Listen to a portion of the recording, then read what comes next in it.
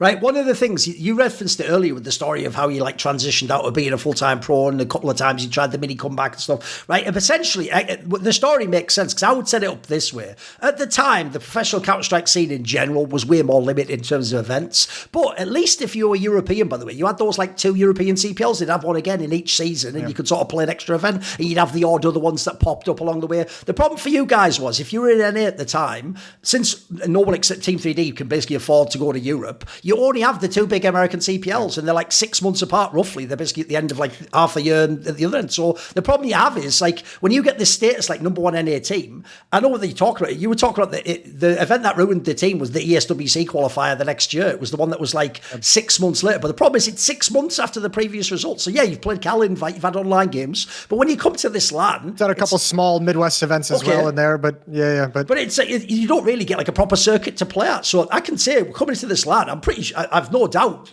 I probably thought you're going to win it and go to ESWC, but famously, this was the one where actually, like, the competition level at this LAN was crazy. This was where, like, as you say, TSG actually turned out to be good. Rival was fucking, it was one of the first events they were good at. Like, there was a bunch of squads coming up, and all of a sudden, you and 3D kind of got bounced at this one. So that actually was the thing that sort of made you think maybe I have to step away, or we're not going to keep going on this. Not step away, but that's probably, I think, where the kind of split started to occur in terms of the idea of having that joint TSG U5 lineup. Right. I think this is probably like the starting point of where those paths started to kind of come about. I don't really remember anything in the lead up to the event itself. I know we played in like a local LAN that we all went to, a local Midwest LAN that we came in that just had a bunch of pug teams. It was right after we got the NVIDIA sponsorship, so we had that cash to spend. So we're like, yeah, let's go out to this one, get all the boys here, win some more money. So we did that, spanked everyone. And then went out to this event. NVIDIA took us out to dinner with 3D, which was really funny because it was like a fucking Cold War standoff of 3D on one side of the table, U5 on the other side. Okay. Neither of us wanted to talk to one really nice like NVIDIA rep there trying to initiate conversation with 10 fucking sullen teenager people need to gamers. Remember, this is really old school nerds too. Like, this isn't like everyone's a social butterfly. Everyone's already weird anyway. We're all people on our PCs all day, so I can imagine how tense this shit must have been. Yeah, it was just kind of a funny experience talking to us about the plans of how NVIDIA wants to use us for PR and at events and give us training on their products and blah, blah, blah. So that part was kind of cool, getting into that side of the industry a little bit.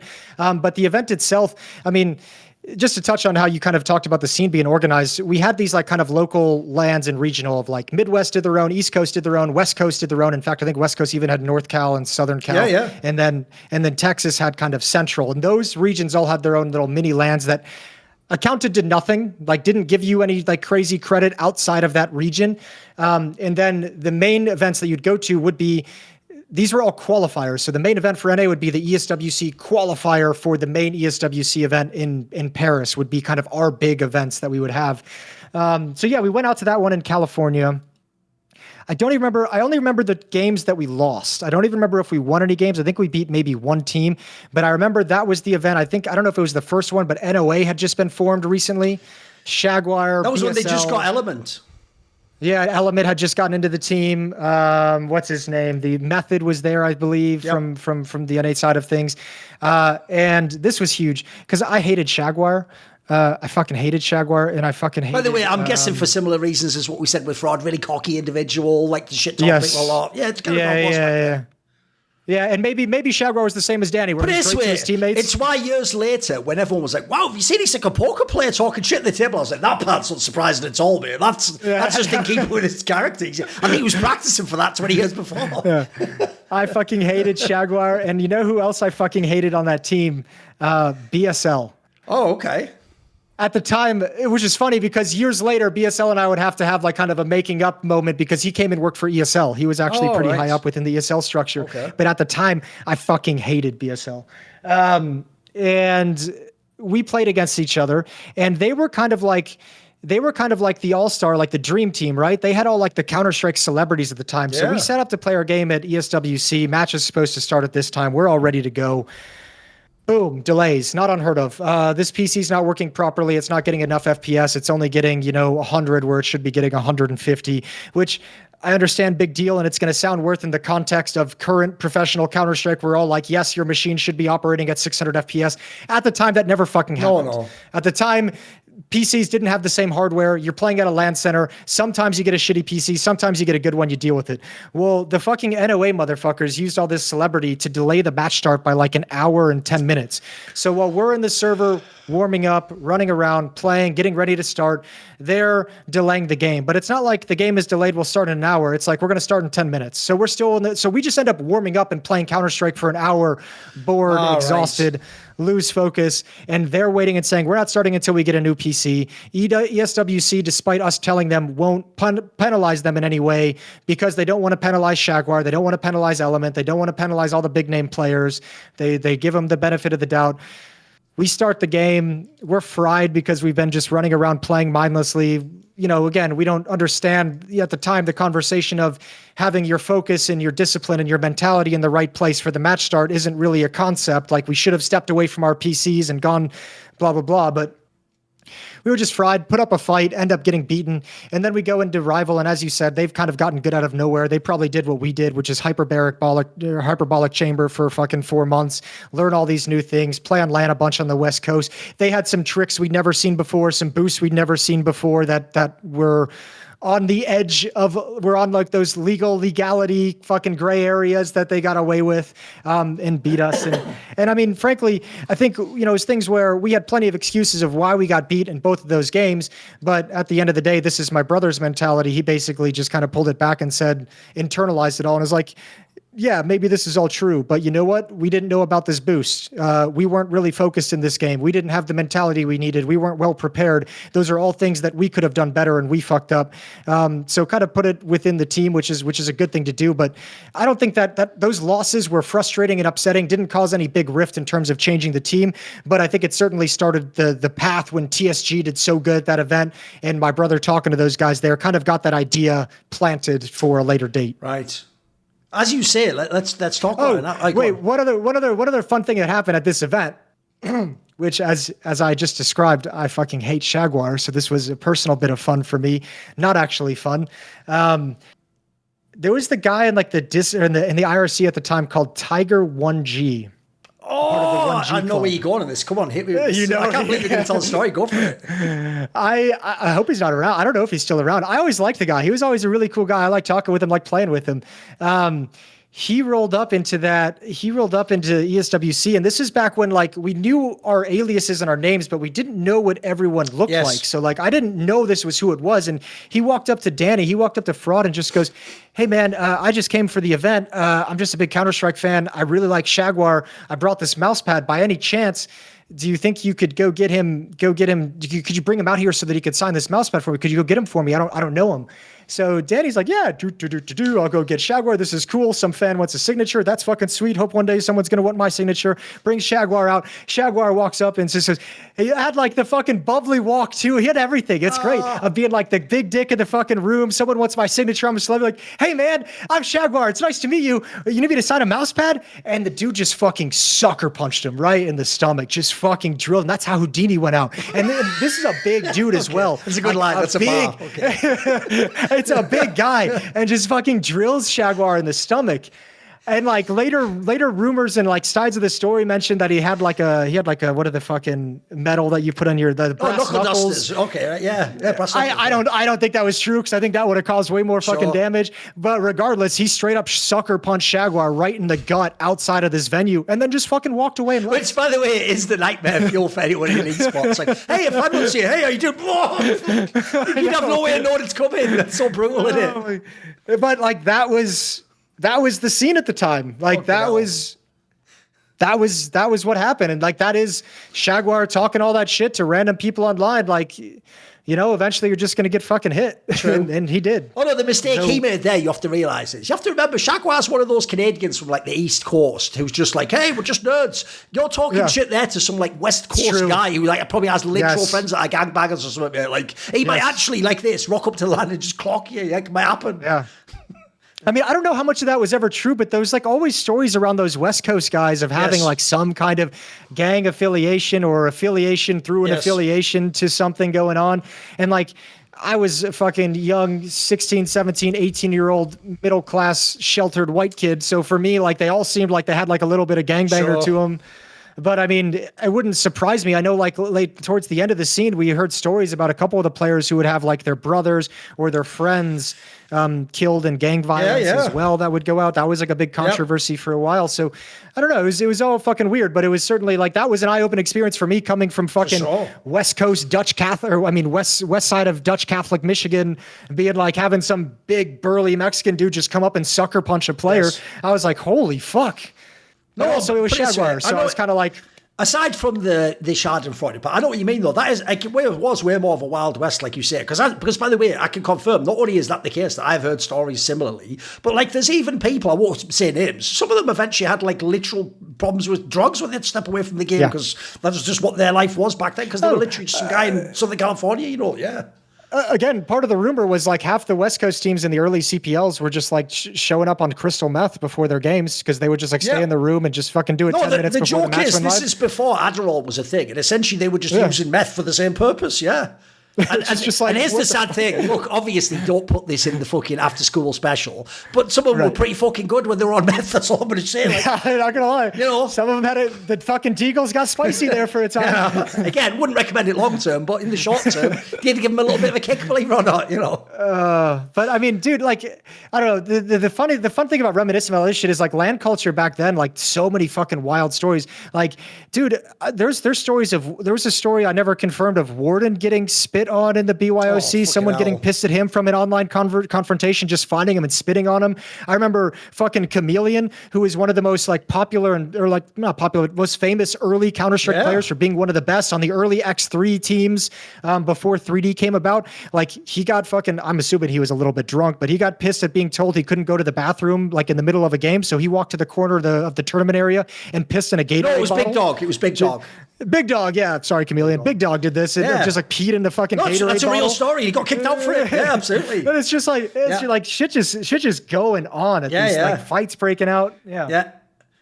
No, okay, so then here's the obvious question. You set it up earlier. This is where, it's funny because now this would actually sound like a mega idea. The idea that your brother had basically was, right, since we've got these two teams, Man United5, which again, it's not all like superstar players. It's like a team that we all came up together. And then there's this other squad, TSG, which if people don't know was also from like a LAN cafe. It was Team Stomping Grounds or whatever. And that was another team that had also just been an invite team forever. And then they'd finally got a couple of good players and they just had like, they went to this ESWC after this tournament. But after that, some of their players went to like 3D, and then it was like one of those off seasons, almost like the silly season in Counter-Strike, where all the moves happening. And basically, he had the idea to make this team, and the idea was essentially, it makes sense if you think about what we talked about earlier in the interview. This was to him the next level of professionalism. Is like, right, well, if these European teams can actually sometimes meet and LAN, we should have a LAN team. We should get a house, get everyone just together instead of meeting up, every weekend or whatever. And essentially, then it's like the ultimate version of what he did with you. It's like, well, we'll all be in the same house. I can also control people and have meetings in the front room, where I go over like it all sounds great, but the obvious problem, Moses, is there's a reason why to this day we don't actually do team houses typically in Counter-Strike. That's more of a League of Legends thing. It's actually viewed in Counter-Strike that like it's a bit too much, like it's too intense personally and stuff. You're gonna have conflicts, you're gonna have the stupid shit you get from being a roommate where someone eats the food that you put in the fridge, or you don't like someone's girlfriend. And the problem with this squad was, I remember when they made it, you're right, it wasn't actually even the best squad they could have made, because sadly they didn't get people like Fraud. They went off to complex. They missed some crucial pieces. But you are right. If you look at this team though, mate, this was a pretty good lineup of players though. Like it looked on paper, maybe this could be like the number one NA team. But obviously, famously, it didn't work out. It kind of bombed at the CPL or whatever. Like, do you have any thoughts on this overall? Like, I assume you checked in and went there a few times. Was the setup actually cool? Did it seem like it was working? What do you think of this? No. To me, it was a very ambitious idea.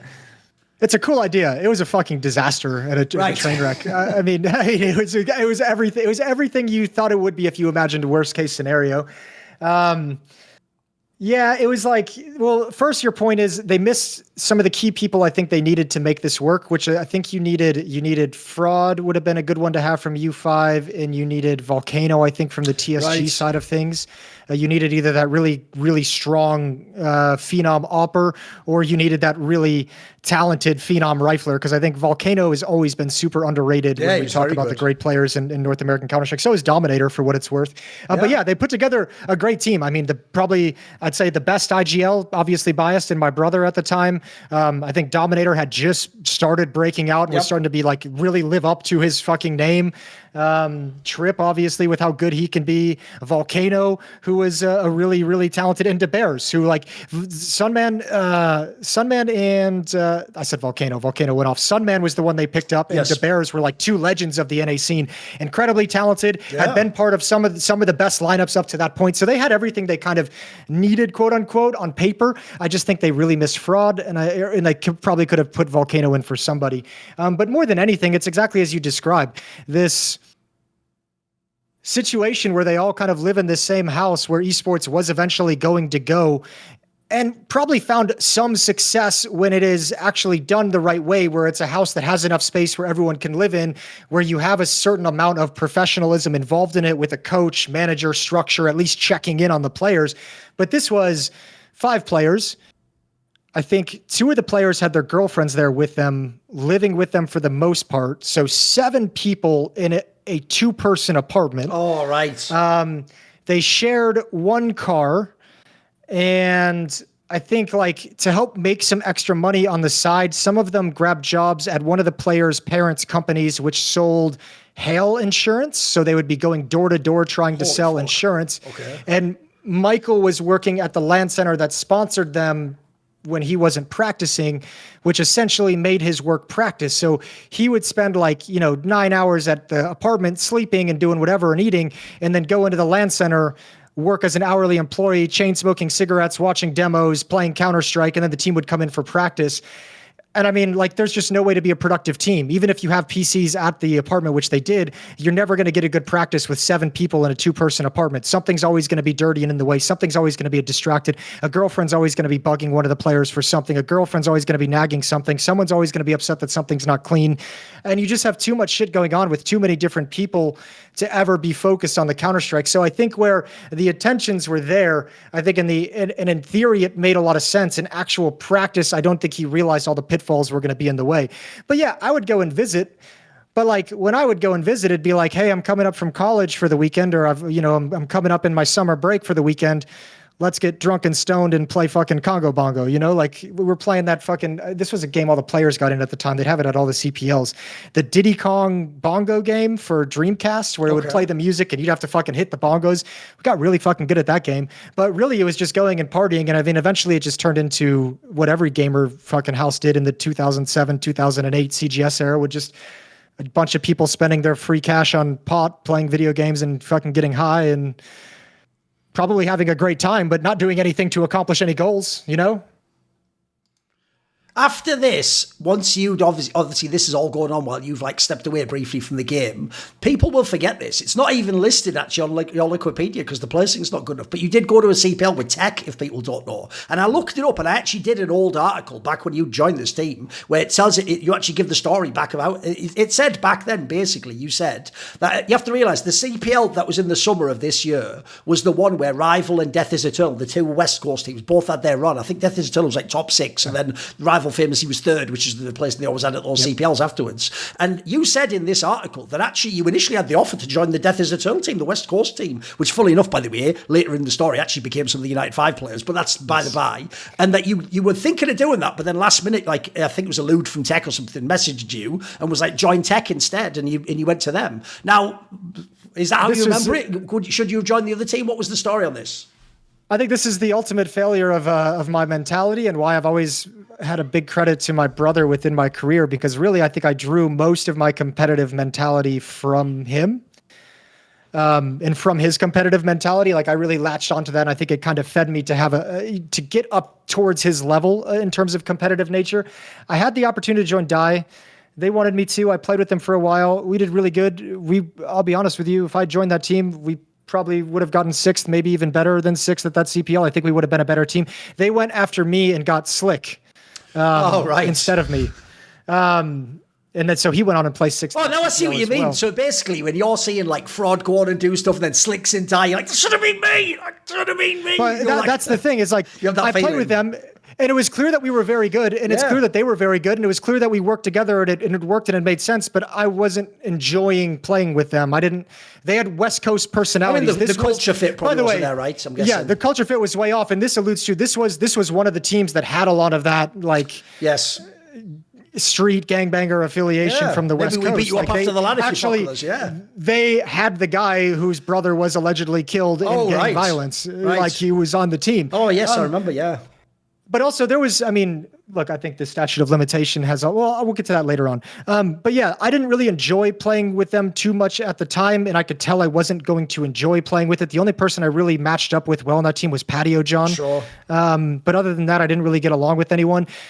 Tech approached me. It was Elude, it was Gookie. They were two brothers. And then Tool, who I always loved, who was really cool back in the day, a fun player. Lance, what was the other? Who else did they have? Gosu, and I forget our fifth at the time. My bad. But yeah, I had a lot of fun playing with them, and they were much more engaging personalities, much more energetic, but they were much more... The fifth was Jaden. The fifth was Jaden. That's right, Jaden. How could I forget Jaden? I fucking love Jaden too. Great dude. But it was more about, that was more of a team of like, we're all five really good players who are just going to show up and play the game. It wasn't like, let's go and have this hardcore practice. And after all the time and the years with my brother, I think I was ready to like not have the intensity of it. Right. So I went with them, and fucking ironically, as luck would have it, this is going to sound bad off the conversations that there's just so much fucking drug use, but fuck's sake, we were leading into this CPL and playing, and it's like, not like we wanted to be hardcore about practice, but we were taking things seriously. And we had a player on the team who was showing up to practice late. We brought him in because we wanted to get skill. We removed Goki, who was the lesser talented of the two brothers, to prepare for CPL.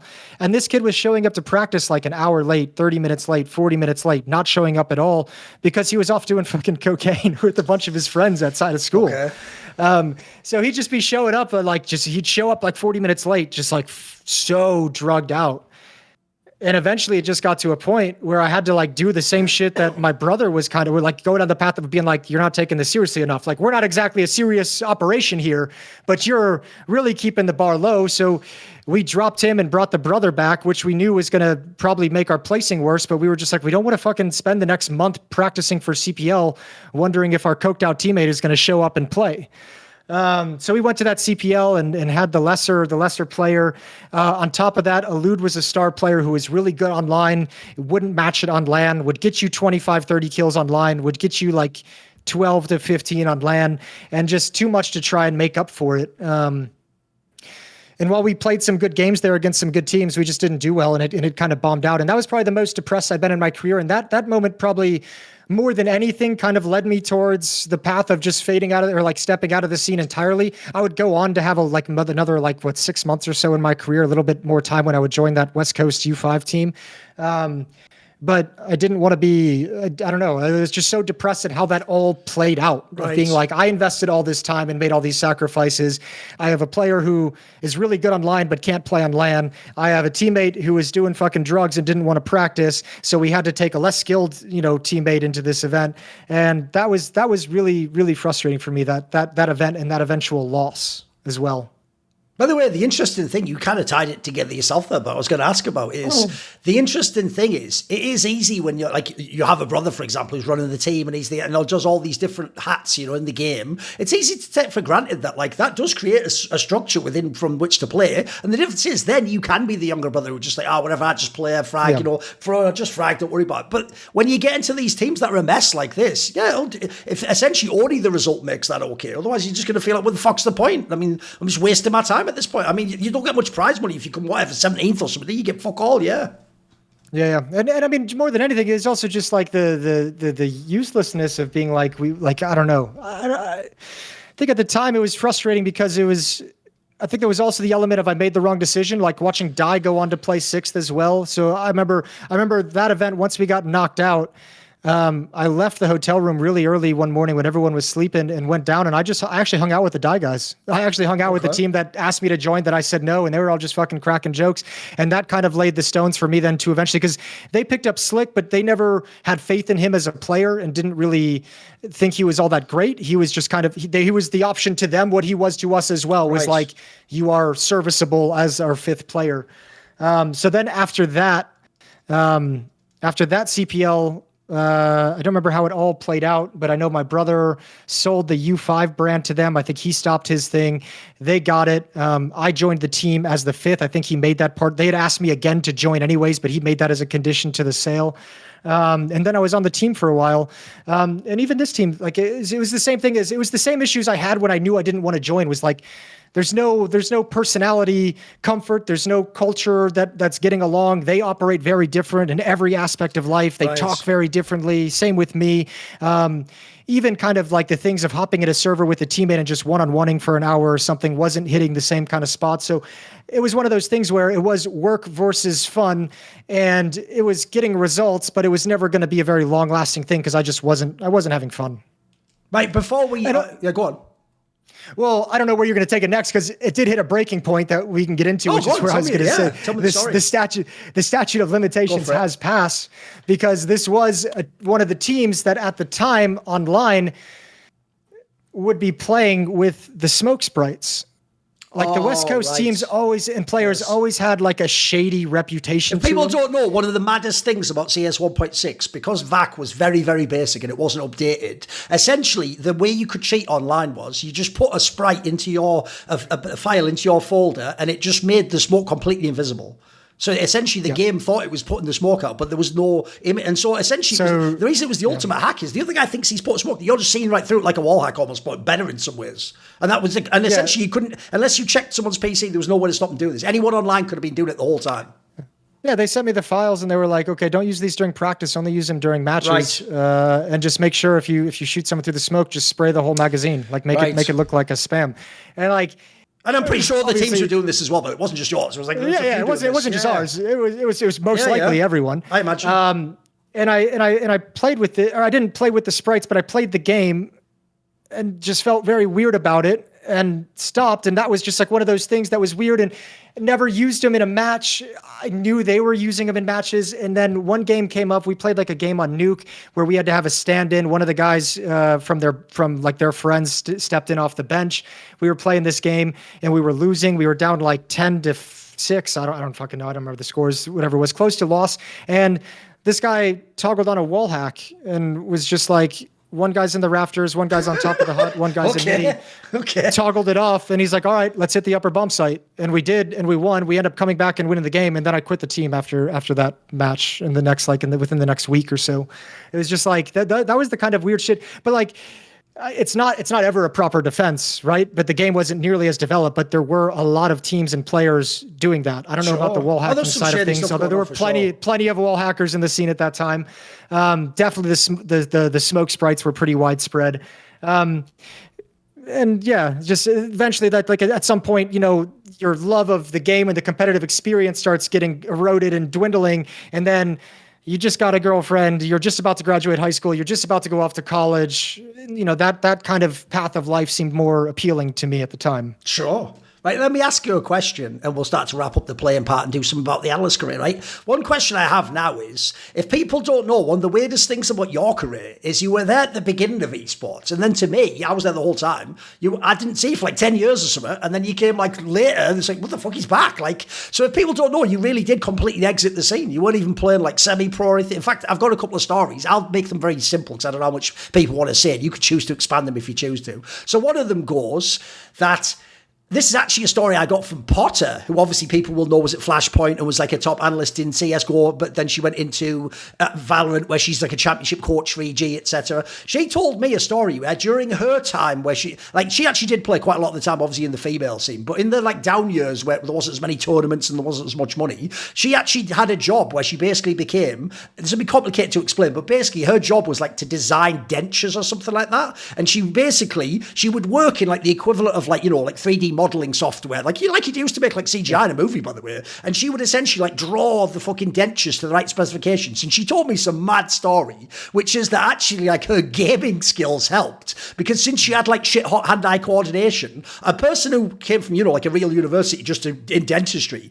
if they tried doing this, it would take them a long time to draw all the shit. And she said basically because she was a gamer, she just sort of learned like the gaming mechanics of like, I could do this like 3 times faster than anyone. And so she had a mad idea, she told me, which is she said to her boss, boss. You should just let me recruit people who were good gamers, because they'll all be able to like do this. And she said she actually tried to convince you to come and do this job. And this is, I tell this story to show you were a million miles from esports at this point. You were probably never coming back, right? Was it, what were the wilderness years like? And is this story true? Did you almost become some sort of dental fucking technician or whatever it would be? Okay, so I graduated. Well, I didn't graduate. I dropped out of college. I guess the official dropout would have been like 2009. But basically, when I stopped playing when I went off to college, I was planning on still kind of playing and dabbling, but the dorm internet was so bad during peak hours and practice and match hours that I couldn't play. Like it was actual unplayable. I mean, this is the era when every fucker will be downloading all stuff on peer-to-peer and stuff. All the students get packed from work and everyone's doing something. And it just, and like the dorms were not set up for gaming. Sure. Like part of the reason my brother went off to Purdue for a year before he dropped out, and the only reason he chose Purdue is because it had like a fiber line, like one of the best fiber lines in the region for internet, and he just wanted to go so he could game. So I also love that he's picking his fucking college based on the internet connection. I love it. It just gave us through and through. I love it. It's good. I mean, he was so dedicated. He was fucking hardcore dedicated in every aspect, maybe even addicted to a negative degree. But yeah, so I did. I just had to drop off the face of the earth essentially because I couldn't play in the dorm rooms, and that wasn't going to change anytime soon, obviously. So I dropped out. I stayed involved in the scene. I was doing articles. Craig and ESCA hired me to write some articles. I was doing some prediction articles for match days with my brother. We did that like fucking O'Toole time prediction series for matches and tournaments. Oh, there is straight fire name. Well named. Project. Yeah. Shout out. I like it. And really I was kind of involved with the community to the most minimal degree to just get some extra spending money for college. Like Craig and ESA were nice enough to give me like a few opportunities to make $100 here, $100 there, but really had no plans to be back into it. And then drop out of college around like 2008, 2009, living in Chicago. I'm bartending on the beach, bartending at the suites in the United Center, just having a good time doing that side of things. And then eventually I get to a point where I realized I don't want to be a bartender for the rest of my life because I love the job. It's a lot of fun, but I was looking around and seeing all the other bartenders that were like 35, 40 years old with two kids, working 3 different jobs. And I was like, it's nothing against that, but I don't want to get too far down this road to where that's now what I'm locked into. So made that switch. I went home, moved in with my brother who wasn't gaming at all. He was off. He was pursuing medical, paramedics, firefighting. And got a computer, started playing Counter-Strike for fun, somehow got connected with Potter, who was playing with the women's teams at the time in Counter-Strike with Miss Harvey and all them, and was playing with them, but was playing League of Legends with Potter. It was like our fun game to unwind. We played League of Legends. And at the time I was working in an automotive factory here in Michigan, which is pretty standard. I was doing plastic mold injection, which is all the like grills and front bumpers and rear bumpers and doors on cars, plastic mold injection, big machine spits a bunch of molten hot plastic into a mold. That's a giant, 50-ton, 100-ton metal mold that comes together and builds this and spits them out, and just an assembly line. But my responsibility was changing the molds. So I'd have to climb into these 100-ton presses, very dangerous job, bolt these molds together, unhook all the hoses and everything to it, get the computer set up, unbolt it from the machine, lift it out with an overhead crane, set it down, pick up the next 100-pound mold and put it back in. And I was doing like third shift for a while, working from 10 p.m. to 6 a.m., 5 a.m., working that shift. And then that obviously had a huge impact on my ability to be a gamer. So I switched to first shift, which was like 5 a.m. to 2 or whatever it was. But that's when I started playing with Potter. So I'd be playing Counter-Strike and League of Legends with Potter until essentially like 2, 3 in the morning, get a 2-hour nap, go to my shift at this very dangerous job. Not a very smart thing to do. Don't ever do it. Do this job, come home, nap, rinse and repeat. And just, I mean, the job was fun, but it was dangerous, and it's working in a factory. It's not a desirable job. So she came up with that idea to get me out. I think it was after I almost killed myself in this job. I actually almost died one day. Like just from an accident or something. Yeah, I made a mistake because I was so fucking tired from being up and gaming and everything that I just made a massive mistake. I forgot to unhook the crane from the mold. So when I opened the machine, it opens with like the force of like 100 tons, you know. it snaps this fucking chain that's already at its breaking point, that's already taut, lifting this tonnage off the ground, and the hook fucking came right at me and hit a post like maybe a foot in front of me. Oh, so it's like some Final Destination shit. It was like right there in front of you. Fucking hell. Did your light flash before your eyes? Did you think you were dead? I didn't even see it. Oh, okay. I like, it was so fast you couldn't see it. I just saw the dent on the pole, and it would have gone square through my chest and put a hole through my chest. I have the hook downstairs. It's like a 15, 20 pound hook. I like the way you took it away, like it was like the head of the tiger that bit you or something. Give me that bastard. Yeah, I survived this bitch. But yeah, anyways, after that, I was like, all right, maybe time to look for a job where there's not a risk of death, or I'm gonna have to change my fucking lifestyle to remove that risk. And I was also like, so she got me that job. I packed up the car. I drove down to Texas from Michigan. It was like a 20-hour drive. And yeah, I spent a year living with Potter in Texas, and we were just working at this dental office, molding 3D images of people's teeth for braces and for like Invisalign. And the gaming shit is all true. Her boss was super hyped on it. Her boss went out and bought like 20 of those Razer Nagas, the one made for MMOs that have like 15 buttons on the side for your thumb. Because what Christine was so good at that none of the other people were at was making the hotkeys on the keyboard for the different operations. So other people were going in, and so like when like the 50-year-old woman who'd been a dental assistant for 30 years was going to like file properties. Like Christine just set up like 10 to 15 different fucking hotkeys on her keyboard. And he was like, all right, well, maybe if I hire a bunch of gamers, I can do that with the mouse. And I mean, it's not a bad idea at the ground level, but I had no training in the dental side of things. So when I'm molding these teeth, I don't know what the tooth is supposed to fucking look like. So I wasn't nearly as good as Christine was at this particular job. So that was a flop. But I mean, it got me out of that job. It took me down to Texas for a year, live with Christine, which ends up being networking, to have. And she's obviously a very good friend to this day. And then I moved home, moved in with my parents in Michigan, and I started studying, doing IT. I went back to school. I was going back to school for database management. I was studying IT to get a job just setting up networks for local businesses and stuff like that. And by the way, I'm shit at all that stuff. Like, I'm fucking terrible at it. It's just that classic, like, I don't know what I'm going to do. My expertise is all Counter-Strike and esports. So I'm good on a computer. So I guess I'll go into IT, but I'm fucking terrible at that shit. Like, I would not have been good at it at all. But that's kind of what I was into. But over the years, I'd always found ways to stay in touch with the community on some scale.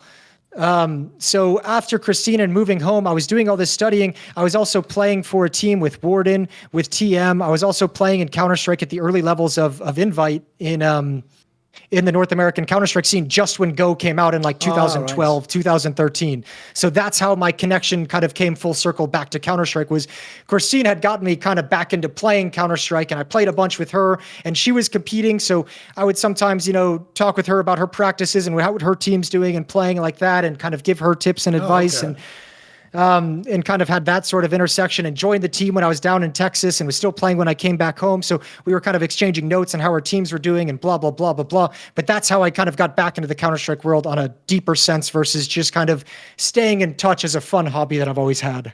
Right, I have a weird segue question then, which goes, perfect. You are one of the only people, it has to be people who were pros in the early 2000s. You're actually one of the only old school people who's still active in esports who knew me back then. As I said, like essentially, if someone wasn't a pro, like there's a big middle period actually where I had some years where I was just online doing stuff and I wasn't at the event, etc. So here's the question. I can't know. I am me. So was I a different person back then? Who the fuck was I back then? Just some guy? You were the same person. You were a little less, there wasn't social media, so you had a little bit less of a fucking a megaphone. Turns out that's good. Turns out that's a good thing. It wasn't social media. Yeah, who knew? But no, you. I think we're very much the same person. We worked together a lot on a couple different article series, I know, and I always hated doing those article series because, again, like I've already explained, like my mindset at the time, like I wasn't taking a lot of things seriously. So I remember we did this article series where we would take like a hot community debate at that time. And we would take it, we would each pick a different, like the different angle. By the way, speaking of it, you doing the series O'Toole time, this was called Master Debater. Master debater. You can see what we're going for there. You can see what, listen, it's not clever. Place. It's just funny. That's all. It's all good. It was really a hotbed of esports' most sharpest minds. But I'm imagining the Mad Men pitch for that, and it's called Master Debater. Did you just name that? Do you want to say masturbate? Yes. Yeah, that's basically the reason why. Yeah, okay. Yeah, it's true. We did that series together. Yeah.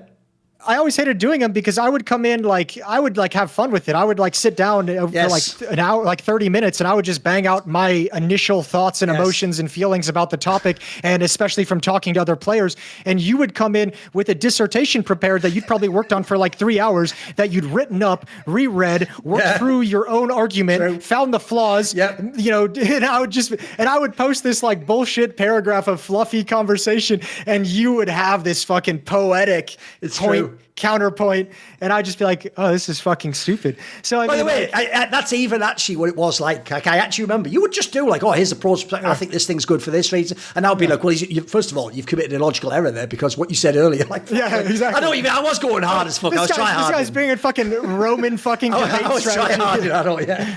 But what's funny about it, and this was a good lesson to have for the future because it comes into play all the time, was I would win those arguments by reader consensus. Yes, absolutely. Because I lost every time. I was the pro player and the personality and the one who knew what he was talking about. Yes. So and that's still something to this day where pros automatically get that kind of trust from the fans in terms of expertise. Bro, think about the thing recently where Austin got called out by Nico, right? By the way, as far as I can tell from reading it, Nico is right, but it doesn't matter whether he is. He wins anyway because he's Nico. If you're Austin, you automatically lose no matter what you said there, bro. It happened with me when I was there was the I think it was at Katowice earlier this year when there was I always get fucking drawn into these losing fights because I fucking hate this battle from the community and from the fans about and I mean it's funny I say that it's about crowd cheating, which obviously should be stamped down as hardcore as it is, but I know the sentiment from the fans watching from home is always that more crowd cheating is taking place because they're hearing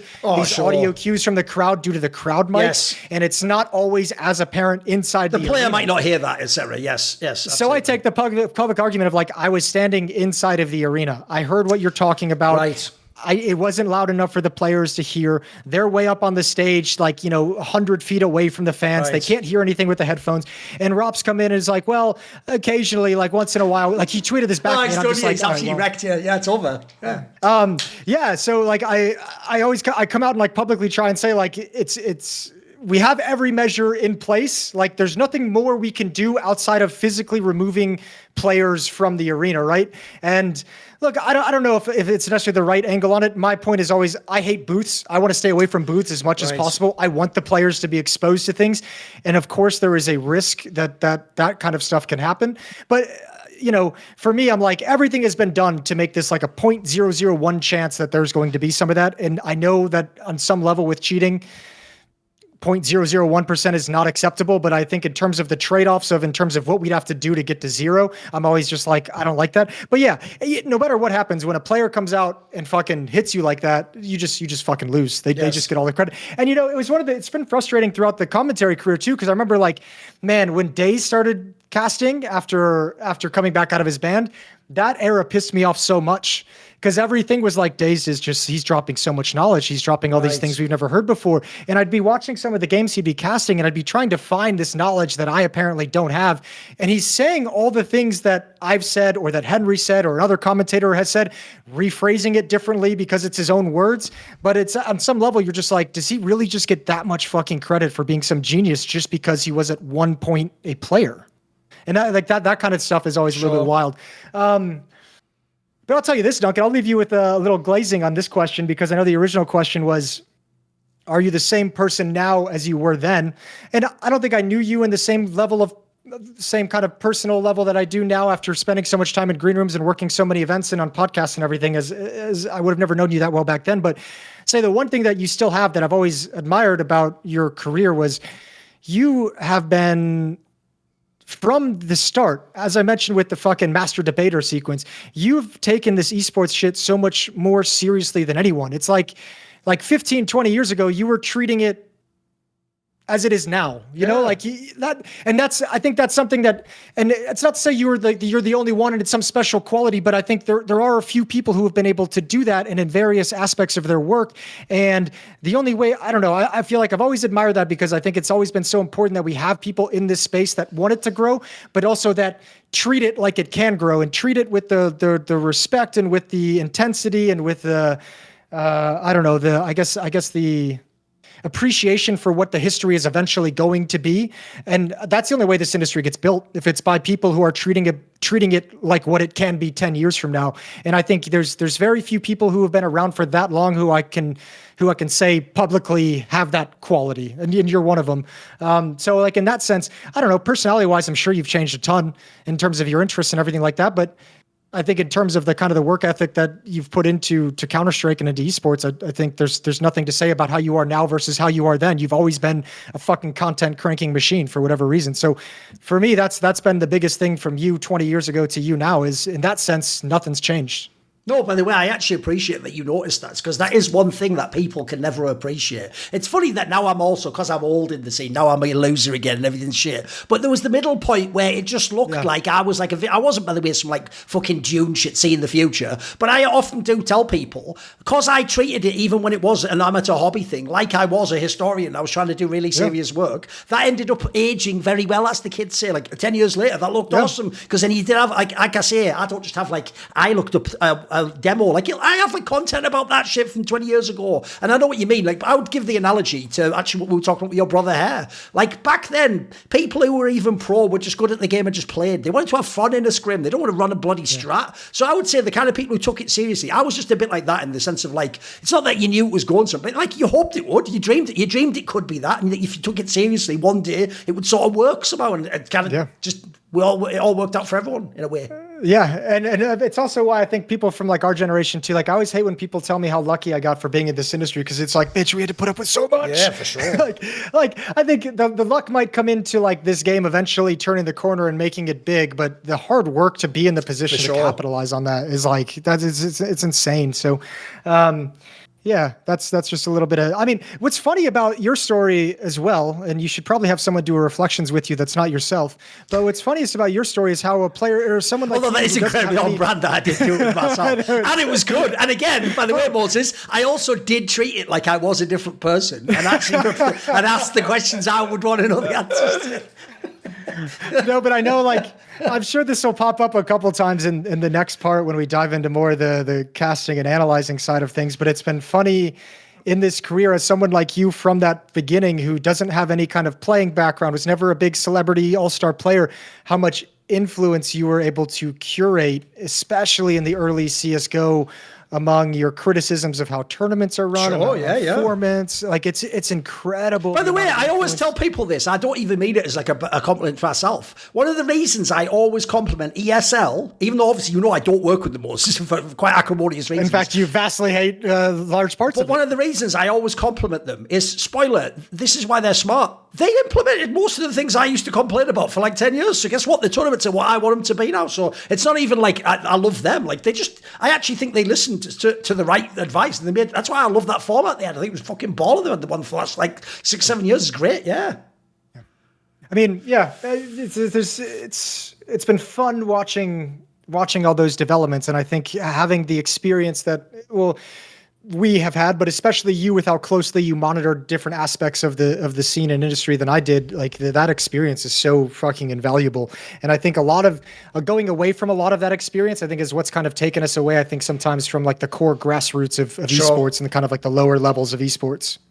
All right, one last thing then. Since we're just finished up the topic of me, I do have to throw this out there, but I'll throw it out there as a bone to you. Here's the thing though, Moses. On the one hand, I've noticed a trend, right? You know what, Moses? This isn't like a unique trend. Put it this way, I've had this in my life quite a lot, which is people really like me, Moses, in doses.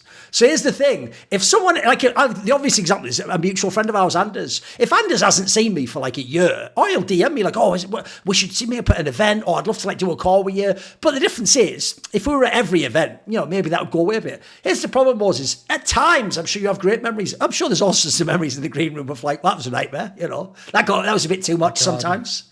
A little bit too much, just a tad. Few of those. I mean, Bro, the ELEAGUE Season 2 green room was the most trying experience of my whole career. People don't know, ELEAGUE Season 1 green room, it would be like me, Duncan, Richard as the desk. But then early on, there was like Mo was in there too from time to time. Dust was in there from time to time for like the first couple weeks. But also you had like Ben, what was her name? Like Lisa was in there, like our 2 talent managers. You'd have a holdover, like the backup for the desk would be in there. You'd have different people's runners coming in and out. Season 2, which is the first round of budget cuts that Turner Sports made to their Counter-Strike product.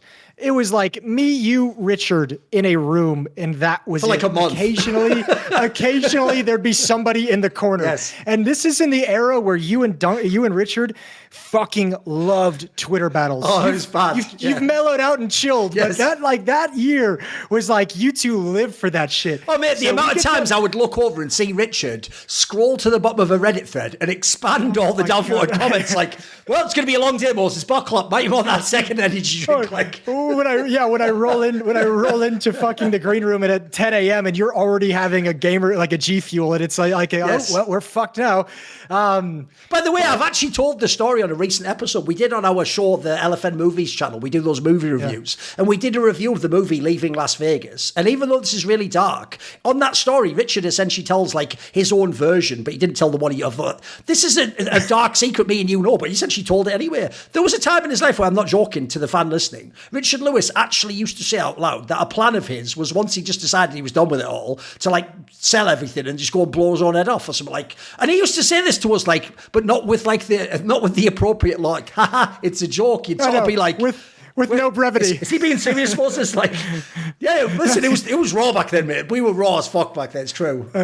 Richard, it's 11 o'clock. They haven't even brought the fucking tacos yet. Can you fucking chill, like, please? It's true. But there's an element of dark humor getting us through the tough times. I don't know, like there's way too many fucking green rooms to even talk about all the different frustrations and stresses. But yeah, I mean, I think everyone who watches your content knows you're a fucking engine that doesn't stop once you get started. Now imagine that in a green room. I imagine like there were games people don't know a green room just is a live podcast with me. We're all just talking the whole time. Yes. I'd be like watching a game and then the conversation in the back would be Richard and Duncan like going off some obscure drama in fucking League of Legends, just going down the fucking rabbit hole. And then we'd talking about that for 30 minutes, go do the analyst segment, come back in and pick up right where it went left off. I think at the end of season 2, I was just wearing my noise canceling headphones in the green room. I was just showing up, slapping them on, listening to music and being like, fucking whatever goes on happens. Yes. But, the fun thing now that we don't do every single event together the way we used to for like 2 or 3 years straight is now when we meet up at an event for like a week, I can be like, Duncan, let's hang out every fucking night because I'm not going to see you for 7 months. It's different. We get a little bit more fun in there. We don't get to because you have content, I have content, I have editing, you have editing. We all have shit we have to do, but we can overload in a fucking week now and just fucking party. Yes. When next it happens. Now, you never catch me dolo online because I'm rolling deep and we dem boys. Who am I talking about? The Skrilluminati. So this video and the content on my channel is kindly supported by Matt Pugnaccio Racula, Toucan, Jensen Gore, Nikki, Jason, you know who my second in command is, Jerky's Minion. Do you want to suggest a topic or a guest for some of my content? Would you like to ask me a question in an AMA? Do you want to take part in one of those lengthy discussions where you get to set the topic? Maybe you want to see who upcoming guests are in my interviews and on my talk shows. Well, all of these perks and more are available to you if you put your money where your mouth is and join the Skrilluminati today. How? Via the Patreon link in the description box below. You dig?